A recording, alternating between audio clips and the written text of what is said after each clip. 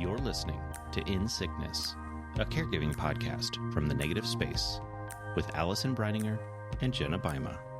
Good morning, friend. Good morning. Astute listeners might have noticed a different name in the intro this morning, and so I figured I would just share that I am transgender, going by Jenna now, she, her pronouns, and yeah, it's a big change in my life, but it shouldn't be changing a lot here in the podcast. Still the same host you have known and hopefully loved for the past 130 plus episodes, and yeah, just look forward to continuing sharing with you all here. Yes, and I look forward to that as well. And of course, yes, I want you to know that the love coming from this co-host is huge and unending, and excited to continue having these important conversations with you. Great. Thank you. Yeah. So today, what are we talking about? Today, we are talking about kind of the hamster wheel or Groundhog's Day-ness of caregiving, right? How you can get in these times where everything just feels the same. Every day is the same thing. It's just over and over and over. You kind of like look at the calendar and realize you thought it had just been Christmas and it's like July kind of thing. You know, Yeah. where did this decade of my life go? It's just, it can be really repetitive and just, there's not yeah. So we thought it would be good to kind of talk about that, and then how that nature just, makes it seem like life is kind of passing us by. And that's a real tough thing to grapple with. Certainly not an easy thing to kind of work through. And so kind of get into that a little bit as well. Sounds great. Let's do it. Yeah. Well, I thought about this a lot in June when I was in super post-surgery.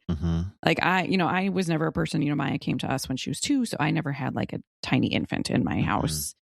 But it made me think of, actually, there was a time when a friend of ours was in the hospital and we had her tiny infant for like 3 or 4 days. Okay. And so that's my one experience. Right. But what it felt like was what I imagine it can feel like for new parents, of just this like you feed and then you change the diaper and then you wash the bottles and then you're hungry again, and you just like spew, like you're just constantly starting over. And like the second you think you have finished a task, it's time for the next task. And I was having those moments in June of the caregiving tasks. Like I finally just finished the meds and the this and the wound care.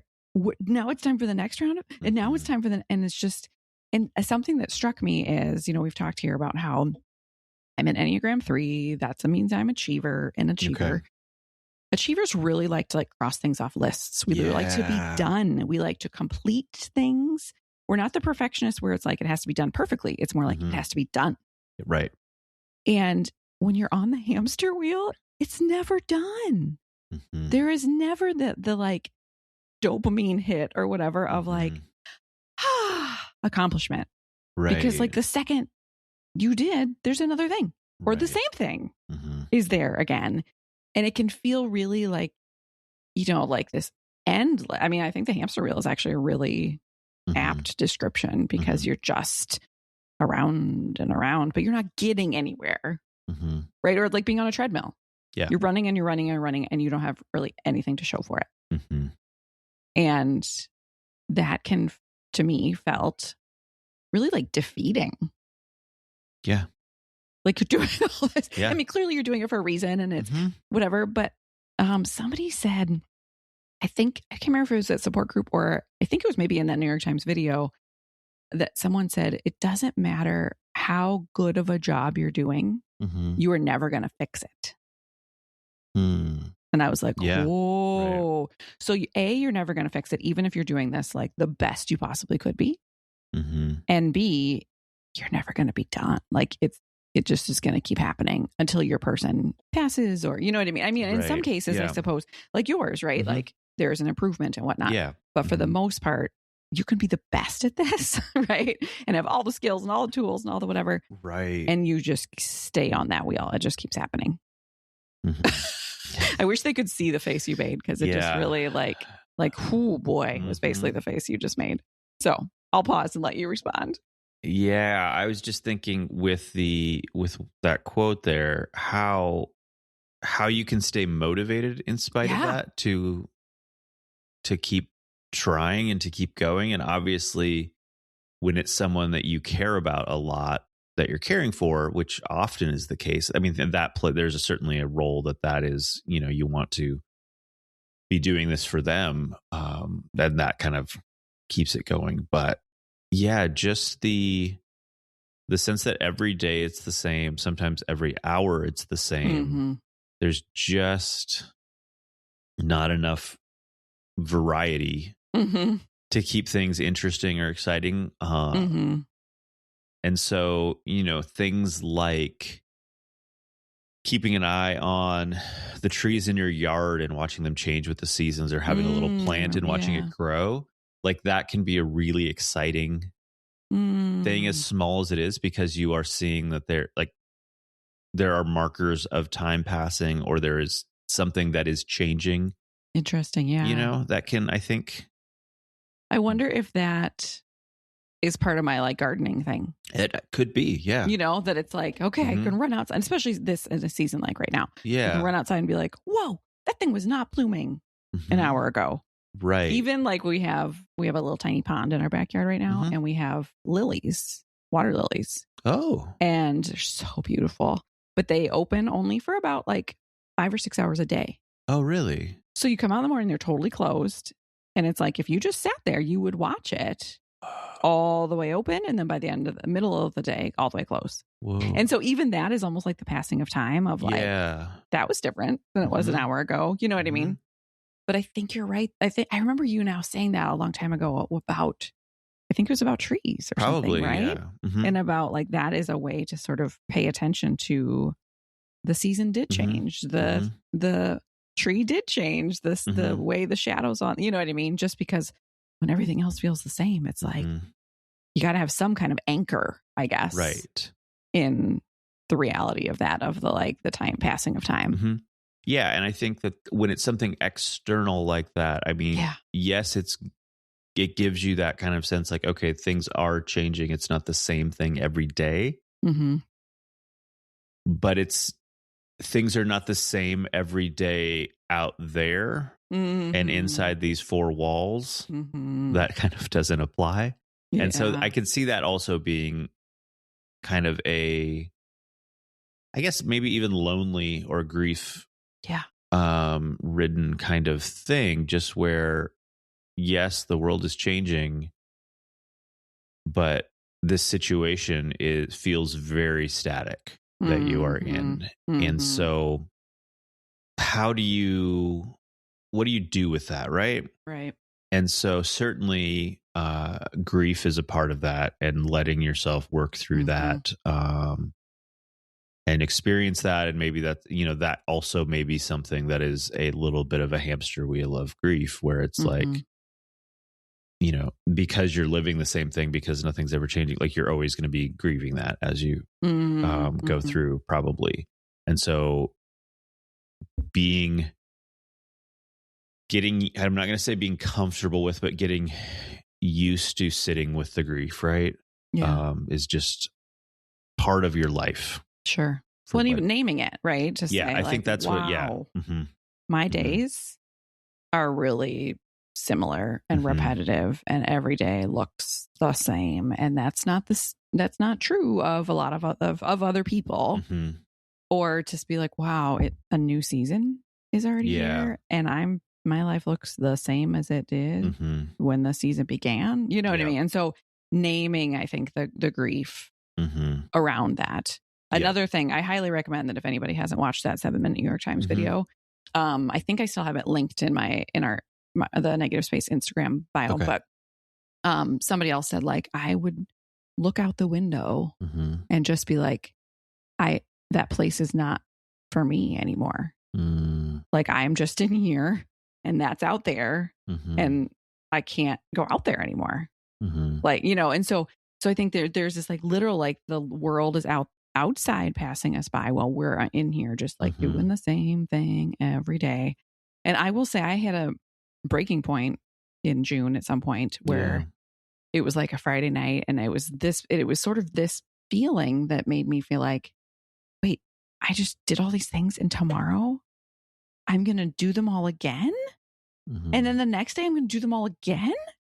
And I had this like visceral feeling of like, I need to get out of here. Like I need to run away, which is not my typical, like, and I was like, I cannot just wake up and do this thing again tomorrow.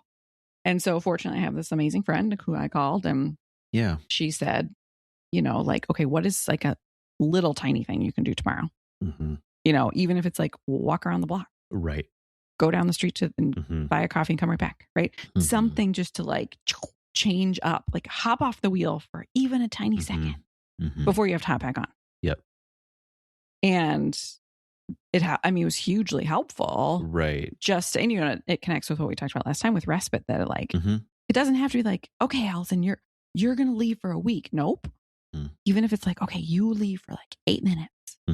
Right? It's the jumping off the hamster wheel and like having you said recently something about not having a ceiling over your head for a minute. Yeah. Like, getting outside, just like looking at something different for a minute can really be helpful.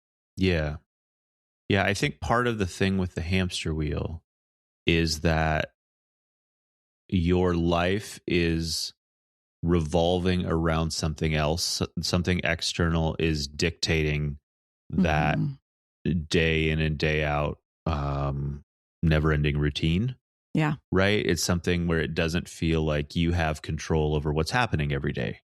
And I think that's part of the challenge of it, is that you are constantly responding to something else. And I think that's where it can be, you can lose your sense of who you are in this, right? Sure. And I want to acknowledge the grief, acknowledge all of that. Like this, I'm not offering this as like, if you do this, you fix it. And if you feel that way, why aren't you haven't fixed it yet? But we've talked about like micro moments of self-care and just like tiny little things. And I think that can be like kind of, you were just alluding to there is, maybe it's a walk around the block to kind of experience something different. It could be like with, it doesn't have to be a full, incredible garden like you have, but if you have a plant in your house and you watch it grow and you care for a plant and you can see it change, right? Sure. It could be you read and you kind of, see you making progress in a book. There's, things like that. Or it could be, you have a notebook and you write down the little unique things you see every day. And that could be, you saw a bird on a tree outside your window, or, the sun was shining a certain way and there was this lovely light, and just kind of capturing the moments that are kind of outside of the routine. Yeah. And then you have a collection of that, and you can see, okay, there are things happening that I'm experiencing that are outside of this. And I think it's like a lot of things where you have to start really small to like make the connections in your brain. Because that's a path that has just been incredibly overgrown, right? Due to your circumstance. And so I think the things that to start doing might seem like this is never going to make a difference. Yeah. But I think it's just sticking with it and kind of seeing the little things in your life, or adding little things to your life that can allow for a little bit of change. I'm wondering, you were talking about, the checklist and not having a to-do list to cross off because everything was the same and you were right back into it. If you had like a sheet per day and you checked it off at the end of the day was checked off, and you like put it on a done pile, and you would see that pile growing, would that scratch the itch of like, I'm achieving things for you, or not? Yeah, good question. And I did basically have that. Okay. Although I just, to save paper, like kept using the same one over and over again, right? And that doesn't scratch that itch. Right. Yeah. But I think even if I had, it would just be like, wait, I got it all done, but the same form is there. Yeah. Is going to be waiting for me in the morning. Do you know what I mean? And so it's not like project is done, check. moving on. No, project is done. And in a few hours, you're going to start again. Yep. So I think there's the repetitive nature, of it. And for some folks, that's not necessarily now we're not in that season anymore. But I think for some folks, especially we're taking care of someone with a chronic illness, right? That is the case. And they're like, there's no end in sight of this, right? So there's the repetitive nature. But I think there's also like I just looked up this word, mundanity. Okay. I'll take your word for it. Yes. It's like the fact that it's mundane. Yeah. Right. So it's like, these are not glamorous tasks. And some of, in the beginning, like it can be brain bending, right? Okay. What's the right dosage and what's the, but in the end, you're doing it. And so it's just sort of like you're going through the motions over and over again. And so it can feel, I think, so it can feel sort of just like, here we go again. Yep. Like my brain, like you said, that the itch is not being scratched in my brain because I'm just doing the same thing over and over again. I'm pouring the thing into the thing and I'm putting the bandage on the thing and whatever. And it can just feel like, oh, this is not interesting. Yeah. Because I could imagine as someone listening who is not a caregiver who's like, yeah, but isn't that life? Like I get up and I go to breakfast and I take my kid to school and I go to work or whatever. And I think that is true. But I think part of what you said earlier is like, this is this was not necessarily what we chose. Right. Yeah. And it's not necessarily like, oh, this is our job. So it's a job that we have, or, we're interested in or, trained for. It's this whole other thing. Yep. And sometimes it's like you're bathing a person and you're, feeding, it's like these very basic, important, but basic tasks that can feel really mundane. Yeah. And at the same time, exhausting. And so, I, in the very intense season would have to be like, okay, did I shower today? You know what I mean? Like my brain was so like overloaded and I just was like going through the motion. I needed that sheet to be like, what is next on the list? But it was like that level of like, did I eat? Did I shower? Do you know what I mean? Partly just because it was so much. Yeah. Did you have items on the checklist for yourself? Oh, good question. For those things? I did not. Okay. But that's that. Interesting. Yeah. So let's pause there for a second and say like, what could that? Shower, eat, right? Just what do you basics. need? The basics for you. Yeah.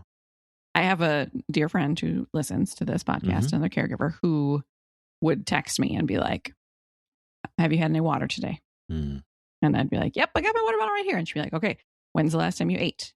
And it would say some of, and from some people that could be super annoying, you know what I mean? But because she gets it and she's in it, it's like, thank you, but I think that's to have a checklist for myself to like, drink water, eat, take a shower. But then I think also to add a thing like, did you go outside? Yeah. Stand in the sun. Did you stand in the sun? Did you put your feet in the grass? Did you, you know what I mean? 3 deep breaths. Yep. Yeah. Text a friend, whatever. You know what I mean? Like to have some of those things as well. Somebody in the support group said recently, and I love this, that they, at the end of the day, they sort of do it like a mental scan of the day and say, did I do anything for myself today? And if she didn't, no matter how late it is, she will do something right then. And she said she really likes knitting. So maybe she'll just sit in her chair and knit for half an hour or something. But like, I love that sort of that's on her checklist is like, because we talked about like building things into your day, but also like, which you can do, but also sometimes like just doing that sort of inventory at the end of the day to be like, did I do anything today that was kind to myself? Yeah. Nope. Okay. I'm going to do that before I go to bed to make sure it always happens, Yeah. You mentioned knitting there. I'm just thinking like you can build things on the checklist for yourself, but a lot of those things are, whether that's eating, drinking water, taking a shower, like those are real basic, like basics. I'm repetitive. This is just to sustain my life. This is to not you can take the jest out of that.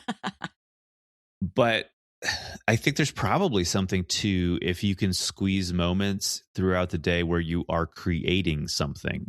And I think we can put the plant is technically creating itself, but you are creating the atmosphere for the plant. Sure. So I think that certainly fits in. Like you created your garden.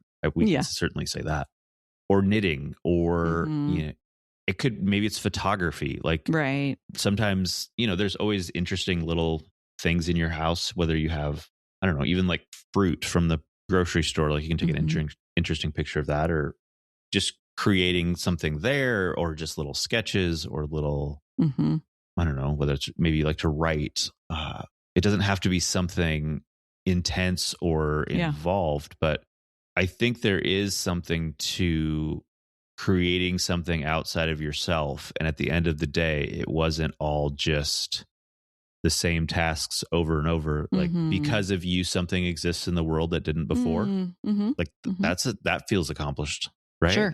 Sure. And it can be, you can start very small with something like that. Yeah, for sure. And I think I don't want to get into like the productivity. Yes. You know certainly. what I mean? You need to produce. You need to, you know what I mean? Yeah. I think it's more, I mean, I think that is cool because then you can see it. You know, I think there's that piece of it. But also, you know, maybe it doesn't have to be like you got something done. You were productive today. Do you know what I mean? Like it's again, that creativity, like the using a different part of your brain. Yes. You know, than just the robotic sort of like, now I'm going to keep doing a thing, you know? Exactly. I got for myself for surgery day, but then it didn't come in time. So I've been doing it since, is like it's called slow and something coloring book, you know? And it's like, you know, people say, oh, the adult coloring books, whatever. But like the thing about this that I really love is that actually it's about negative space, because it's like, it has, you know, maybe half of the little sections have dots on them. Okay. So you only color the sections that have dots. And then in the end, and you only use one color. So then in the end, it ends up being this like negative space sort of like. That's cool. It's very cool.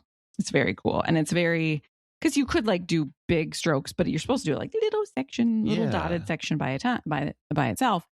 And then in the end, it's sort of this like relief of like half of it's white and half of it's a color. And then you can see the image. Does that make sense? Yeah. And you don't have to like have a set of colored things with you. I mean, you just have one. You're not supposed to. You're supposed to have one color. I mean, whatever ballpoint pen you have in your bag, you could do it with that. Exactly. And you can do a little bit at a time, or, you know. So there was a while where like every night before bed, I was like, you know what? I could scroll on my phone, or I could spend 20 minutes like coloring this little thing. And it was really, really lovely to just like, because in a way, I mean, I guess I was creating something. I was, but like, you were. It was more that it was like it shut my brain off. Yes. You know, it was like a Zen sort of like do, you know, and like, because also, yes, the things that we do are mundane and they're repetitive, but some of them are really high stakes. And so, you know, like to be able to just be like, I'm just going to color this thing. And if I get out of the lines, it's not a big deal. As opposed to like, I'm going to work on this wound. And if this gets infected, we're in big trouble. You know, your brain is on a hamster wheel of being on high alert. Yes. Right. Of being extremely vigilant. And that's exhausting. Yeah. Right. So just to be like, do, like was so lovely. And then a friend of mine sent me, and I haven't tried it yet, but one of those books where it's like, it's all black. It's like covered in, you know, and you like scratch off the picture underneath it. And then you can see sort of the design that emerges as you like scratch off the coating. So I'm just trying to do some more things like that. But I think even because when you're in it, it can just feel like, okay, and now I'm done. I'm going to go to sleep and I'm going to start over. And yes, of course. Right. But like the friend who said, like at the end of the night, if she hasn't done some sort of thing for herself, instead of going to sleep, she's like, I'm going to stay up and I'm going to do this knitting. Right. And so how can we build that in, you know? Yeah. So I think the other piece of this is we are in this repetitive life and we see everybody else around us living their life. Maybe living the life we thought was going to be our life. Living the life we wish we could be living. And that just heightens the pain even around the situation that you find yourself in. And I found this came across my feed last night, a quote that I think describes this incredibly well. Okay. Time was passing like a hand waving from a train I wanted to be on. Ooh. Read that again, please. Time was passing like a hand waving from a train I wanted to be on. And so I just think standing on the platform. Yeah. We're not going anywhere. Nope. And so how do you relate to that piece of all of this? Really powerful. Because I think when you think of it that way with the train, it's like, okay, we feel like we're at a standstill. And we're doing the same thing, but not getting anywhere. Whereas everybody else, it seems like, is on this train and they're making forward motion, forward progress. They're doing the thing. They're getting the promotion. They're going to the place. They're whatever. And we are just, the same amount of time is passing, but they're down the track and we're stuck here on the station. Yep. Ooh, yeah. And they're just waving really as they go by. Yes. Yeah, somebody in that video said something like, my 20s were just like gone. Like I gave up my 20s to care for my parents. They were just gone. Yep. And so an interesting thing I've been thinking about is like, because I think we hear that a lot, like life is passing me by.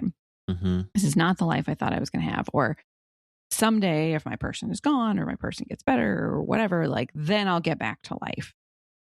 And I wonder, it sort of feels like what we're doing right now doesn't count as life. And what the people on the train that counts as life, right? And so it just feels like and I'm just playing around with this. Like I'm not trying to bright side. I'm just wondering, throwing this out there. Like, what would it feel like to realize like this is life? Right. Like, yes, this isn't the life that we thought. This isn't life on the train, but it's still life. And so it doesn't have to be like, oh, that whole decade didn't count. Yep. That wasn't life. Life only looks like XYZ. And I'm currently doing this. So that doesn't count as life. Like, what would it feel like to instead be like, no, this is life. This is my life. And yes, it's not the life I thought. And it's still life. Do you know what I mean? Yeah. And I don't know, how does that land with you? How does that sit? Yeah, the thing I thought of just prior to mentioning that is like we live at least in the United States here, in a culture that is incredibly individualistic, right? And so the lives that we are pitched as like the dream are, traveling the world with, maybe you and your spouse, but it's something you are just doing, or it's like your career, or it's, your house, all of these very individual things. And life is also like a communal thing, or we can focus on, and again, not trying to bright side the situation, but what if you, instead of looking at where your life feels like there is no forward motion, what if you can look at the community you have built around your caregiving, as far as connecting with your neighbors who help out, and family and friends, and like that is something, those connections that enrich everyone's lives maybe didn't exist prior to your situation. And it's not like we have to make a good thing out of a bad situation sort of thing or anything like that. But that is, in a lot of ways, that's what I think humanity and life is whatever the hardships are, like on a communal level, facing that enriches everyone's lives. So I think there's maybe, not that it's easy or anything like that, and maybe not helpful to everybody, but there could be a little bit of a perspective shift there. And certainly you can also still mourn that you can't spend a week in Mexico on the beach. Right. Like we can all, let's all mourn that. Take a moment to mourn that. Yep. But I think individualism really skews some of the stuff, some of this stuff going through our brain. Sure. Well, and I think, again, like you said, this picture that is painted of like, you grow up, you go to school, you get a job, you get married, you have kids, you know what I mean? This like picture that like, how many people actually, that's how it ends up looking. Right. It just feels like everybody else is doing that, you know? And so, yeah, I think you're right. And I think we hear that from people at support group all the time that they're like, I love all of you and I love this community and I wouldn't know any of you because there are people from all over the country or the world, you know, and they're like, I wouldn't have met any of you if it wasn't for this. Right. And so there can be that. Yep. I also want to acknowledge that there's a lot of people who are super isolated and don't have that community. Yep. And they're listening to this and they're like, yeah, I don't have any neighbors or friends or whatever who are showing up for me. And so I think there's that piece. Something that we have that I think that like has been a gift to us that we have gained, unfortunately, through all the hard things. Yeah. Is that I think that Sean and I have gotten to be very good at noticing and cherishing teeny tiny things. Yeah. And so recently when, we got another hard diagnosis and I was like, what are we supposed to be doing? Like I was talking to this friend of mine. I was like, are we supposed to be like YOLOing? Is this like bucket list time? And she said, no, you and Sean are so good at just like living every day, like savoring the things. And so even like yesterday afternoon, it was just like, I was on the couch, I was reading a book. Sean was sitting next to me. The dog was sleeping. A cat came up and was lying and the wind was blowing. And I just like stopped and was like, oh. And I just like sort of named even to Sean. I was like, look, book, husband, dog, cat, tree, like this is beautiful, And so I think some of it is that. And I actually had this moment. We haven't talked to you on here for a long time about the boardroom. Yeah. But a boardroom, for the folks who are new to that, is sort of like if you think about Inside Out, the movie, all the different sort of players, in our minds. And I had a little meeting with my boardroom the other day. Yeah. And I said to Joy, Joy, you get some big kudos because you could have been like, I'm taking the summer off. Right. Like clearly there's a lot of crap going on here. I'm out. Like you all don't need me. And I said, but instead, Joy, you have been walking around with like a magnifying glass and you have been finding like, look, it's a butterfly. And some people who are with me think I'm ridiculous, but I mean, like, that's how I am because it's like dragonfly, butterfly, new bud on the thing. You know what I mean? Like, because in the end, guess what? Like, that's what matters. Right. Yeah. Or like thinking about like Sean's got another thing coming up this week. And so we've been trying to like squish a bunch of goodness into these last couple of days. And so it's like, okay, what are the things that are really important to us? Okay, we really want to see all the littles in our life, right? Yeah. Like that's a big bucket filler. We really want to have this friend over. We really want to go see this musical. You know what I mean? Like it's like it sort of makes you what you really love and what is really important, like bubble to the top. And so I think that is something that in the midst of it all has been helpful. And so that's something that we can do within the mundane that, a lot of the days look the same, but then, okay, if there is a thing we can do, what's it going to be? You know what I mean? Yeah. And how can we choose that and name that and to appreciate that? Yeah. I love the mental image of Joy with a magnifying glass. Just, I think that is such a skill that you can develop and would be so enriching because regardless of your situation in life, caregiver or not, like whatever it is, because so often it's like, okay, you're looking forward to, maybe it's a vacation or whatever it is. And you're just like getting through time, waiting for that day when you step on that plane and you're off to somewhere else and then you're living, right? Then you're having your experience. Right. And that's I don't know. I think there is a lack of richness sometimes if that is the way that you are living because you have all of this time is passing where you're just looking towards this thing in the future and you are missing all of those moments around you in the now. You're not in the present as much. And so, I don't know. I really love that. Just Joy with a magnifying glass. That's going to stick with me, I think. Trademark, Allison Breininger. There you go. And I don't know. And maybe, you can write those things down, but you don't have to either. No, like you can write them down as little glimmers, but also you can just enjoy them. Just, I think something we haven't I think we've hinted at a lot of different ways here, but haven't actually just said it is being present, right? Yeah. Right. Just being as fully in whatever moment you are currently in is certainly not always easy. Sure. But it is I don't know. That is truly what life is the moment that you are currently in, and learning to find the little things in those moments that, can even just bring a slight smile to your face, right? Yeah. Yeah, 100%. Because I think that's part of it is we get a little bit numb. Yes. That the hamster wheel can make us numb and make us sort of just like we're going through the motions. And is there a thing? Can you, while you're doing the wound care, can you turn some music on in the background? Can you, like for us, everybody's is different, but for us, it was sort of like as those weeks went on, the list got shorter. Right. There were fewer tasks as he started to heal. And so like me being able to take something off the medical cart and like put it back in the cupboard was like, you know what I mean? And so what are the little things that you can do to be more present instead of like, I got to do this wound care now. I got to hook up the vein tube now. I got to, like I said, like turn on the music in the background, like watch a show, whatever it is, but like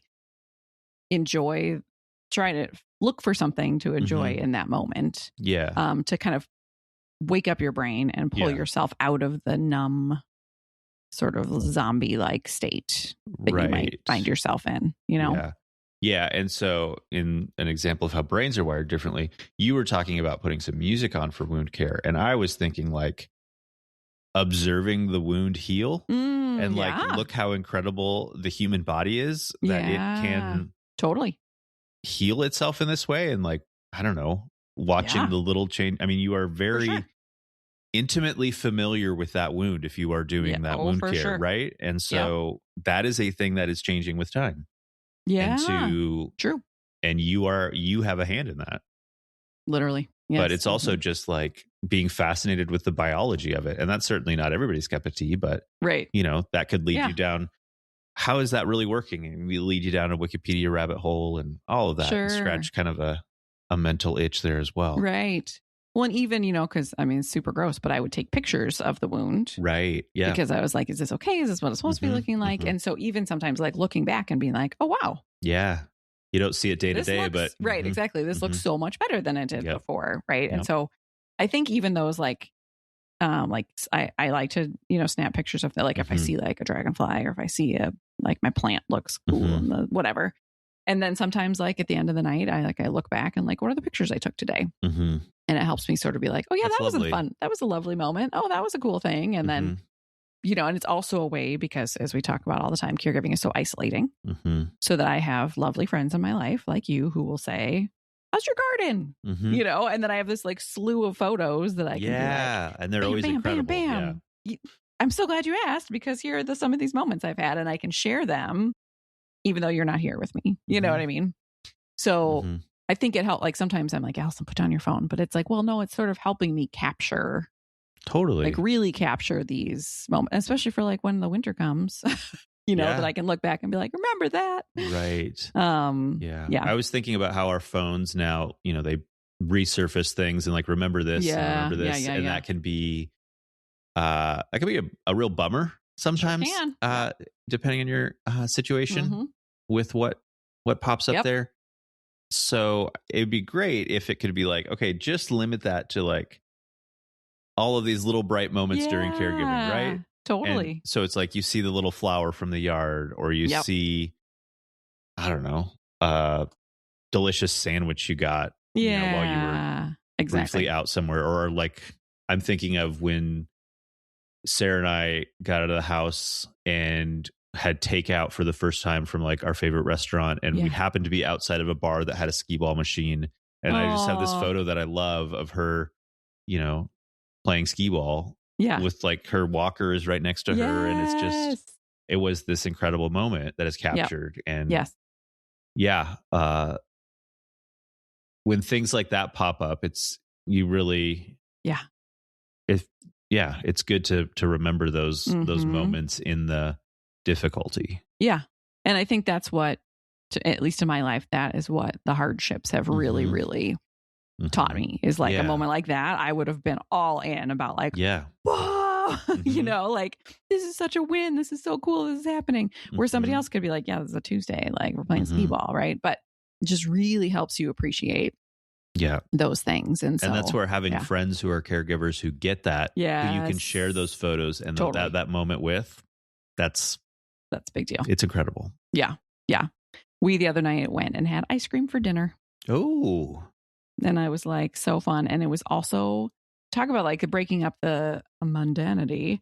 We like sat in the ice cream shop to eat it. And then, we just got to see all these like slices of life. Yeah. We saw like babies and toddlers and people brought their dogs in for a pup cup. We saw a nun. Like a nun walked into the ice cream shop. Nuns get ice cream. I know, but it just was so fun to see. They just don't make a habit out of it. Oh my gosh. I'll cut that out. No, you got to keep it in. You just had that in your pocket? That was amazing. That was really well done. Okay. Thank you.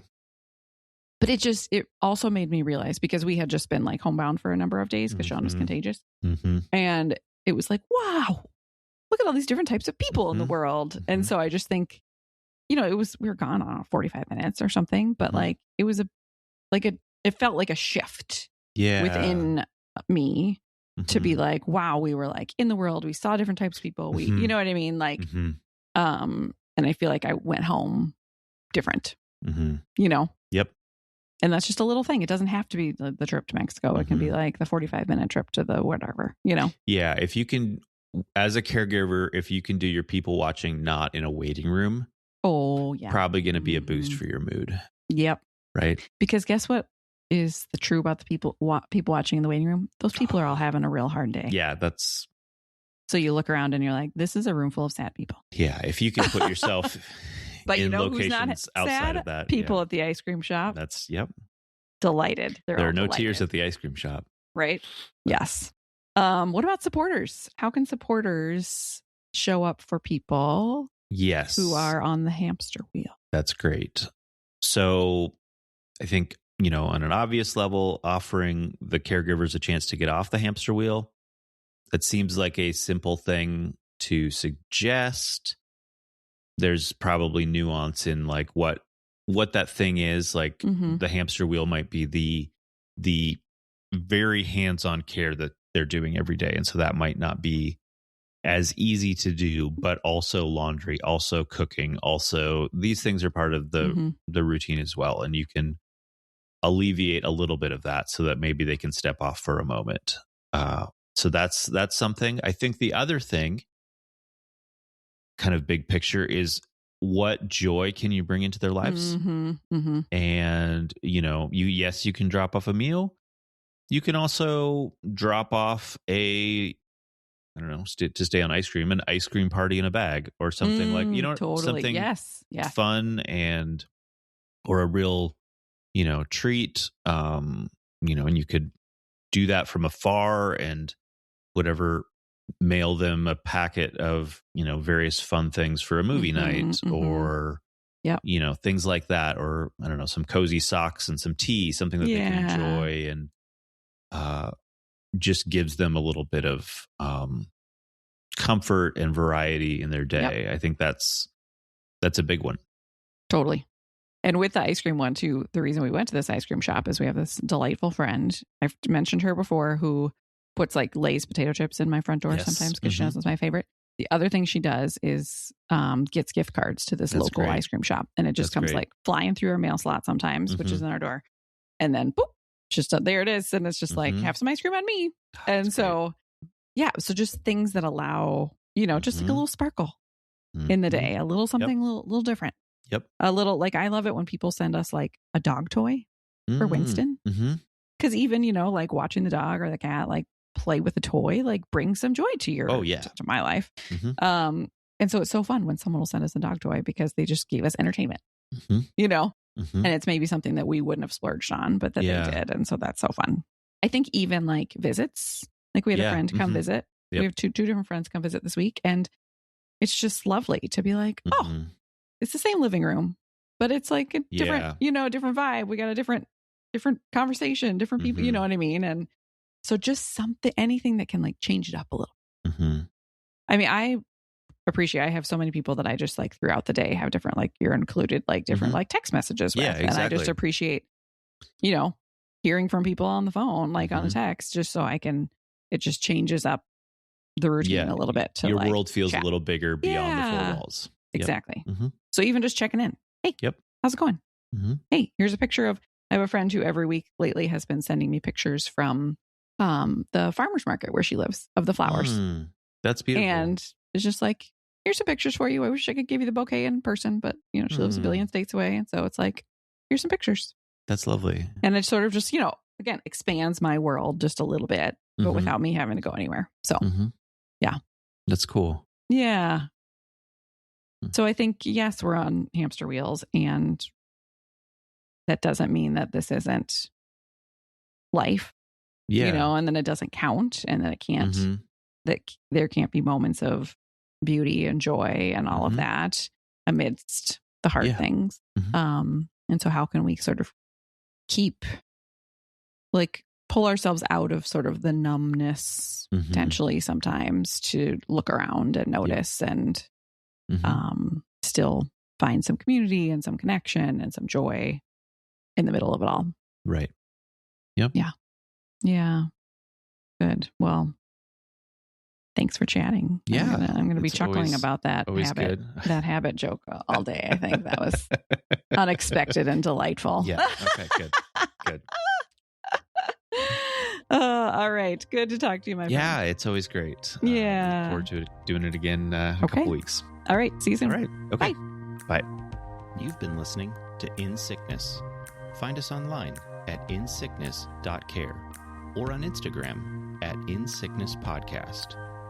You can send your questions and comments to hosts@insickness.care. If you enjoyed the show, please share it with a friend or fellow caregiver. Thanks for listening, and take care.